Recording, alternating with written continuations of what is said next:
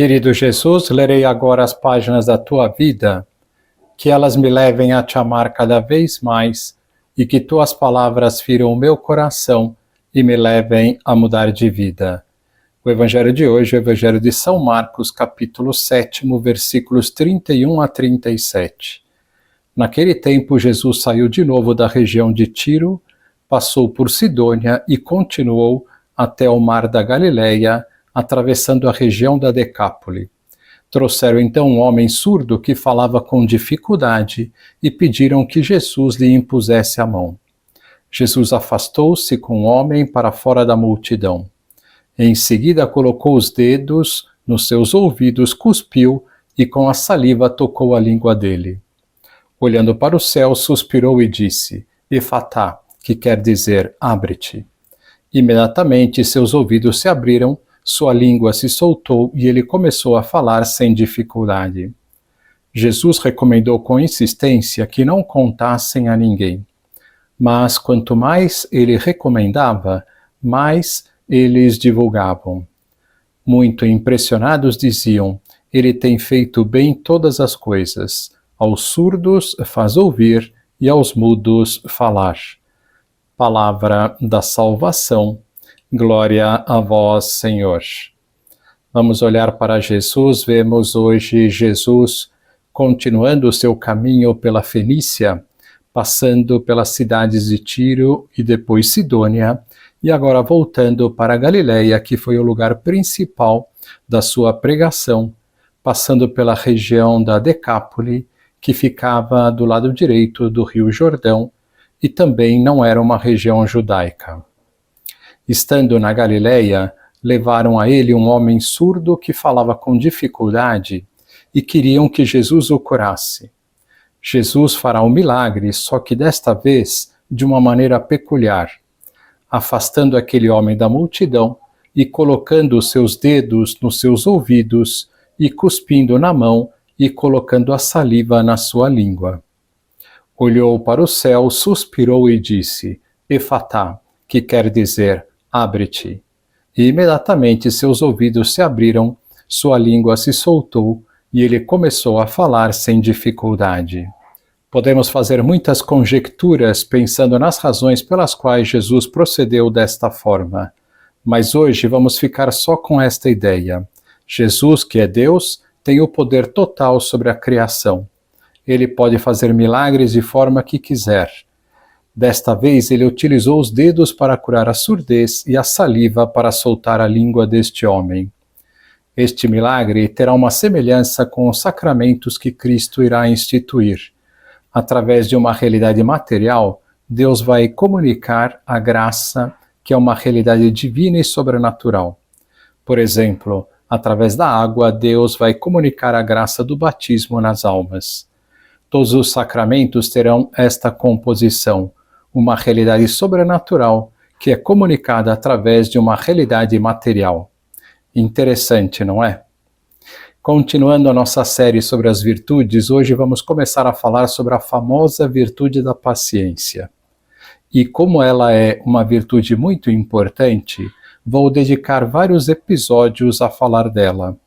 Vou me apoiar no livro A Paciência, do Padre Francisco Fausto. Se olharmos com sinceridade para dentro de nós, é bem possível que descobramos que um dos nossos desejos mais íntimos é que o mundo, a vida, as coisas, os acontecimentos e as pessoas funcionem como um estojo aveludado e perfeitamente modelado em que se encaixam sempre suavemente, sem colisões nem atritos, os nossos sonhos, os nossos desejos, os nossos caprichos, as nossas manias e até mesmo os nossos defeitos. Ah, se tudo na vida fosse assim! Para o meu mau humor, o estojo de cetim da compreensão dos outros.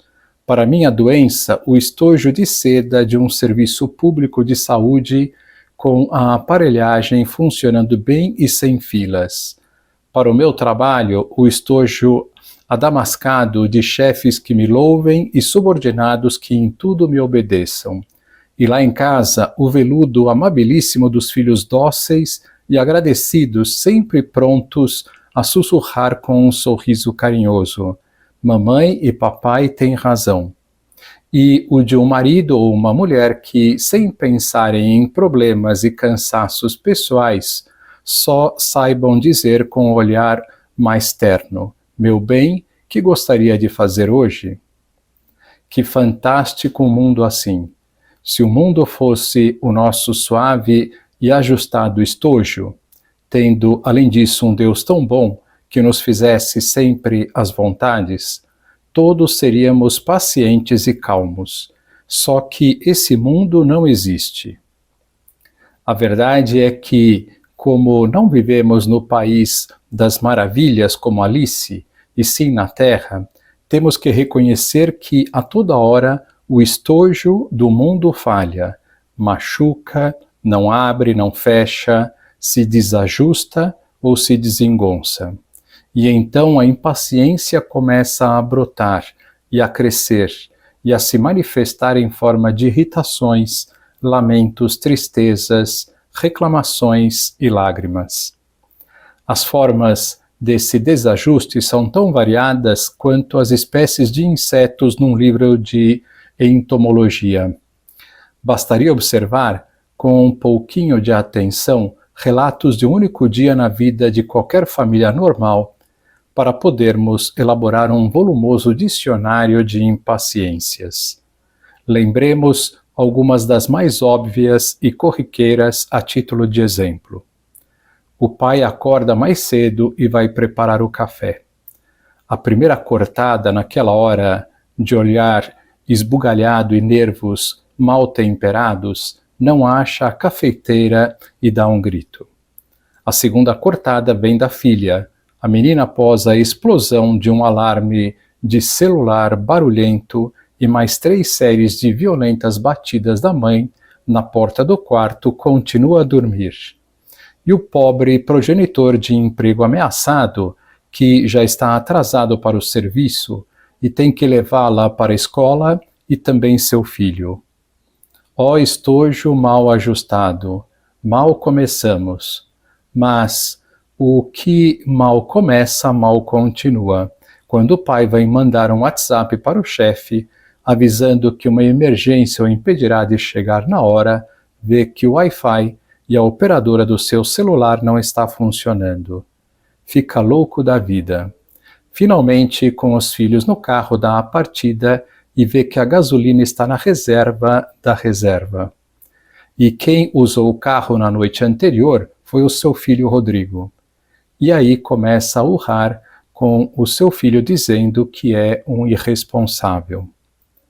Será que é preciso acrescentar que, ao conseguir entrar na avenida, está tudo parado? O engarrafamento é monumental, fora do comum, que vai sendo comum mesmo devido a uma carreta que se incrustou de frente no canteiro central e está atravessada na pista. Se quiséssemos continuar pintando esse quadro escuro de contrariedades cotidianas, não poderia faltar uma referência aos comentários mordazes dos colegas de escritório, porque o time dele mais uma vez perdeu. Nem faltaria a queixa contra o infernal barulho da rua que tanto dificulta trabalhar, e assim, após inúmeros aborrecimentos, veríamos o nosso homem voltar para casa à noite vergado e pálido, num tal estado de ânimo que qualquer pergunta da mulher lhe pareceria uma ofensa. Poderíamos sim pintar este quadro, mas, ainda que tivesse um fundo realista, seria completamente falso. A verdade é que, salvo em raros dias que são exceção, a vida não se compõe de uma sequência ininterrupta de contrariedades. Graças a Deus, há também muitas satisfações e muitas alegrias, e normalmente, para quem não estiver cego, o mais justo é terminar o dia fazendo uma enorme lista de bênçãos recebidas de Deus, de males e perigos evitados, de proteções descaradas dos anjos da guarda, além de muitos detalhes simpáticos do próximo, de modo que o coração sinta a necessidade de elevar uma emocionada ação de graças. Se fôssemos sinceros, veríamos que o elenco das bênçãos, tão belas como habituais, é normalmente bem superior ao das contradições. Então seria muito mais fácil vencer a tentação das queixas e broncas e descobrir que ser agradecido é uma eficaz vacina do coração contra o mal da impaciência. Mas sobre este assunto ainda há muito a meditar. É o que faremos na próxima semana. Que lição nós podemos tirar das considerações de hoje? Fazer o exercício de sermos mais agradecidos. Quanto mais agradecidos formos, menos impacientes seremos. Agora vos dou a bênção para este dia. A bênção de Deus Todo-Poderoso, Pai, Filho e Espírito Santo, esteja sempre convosco e permaneça para sempre. Amém.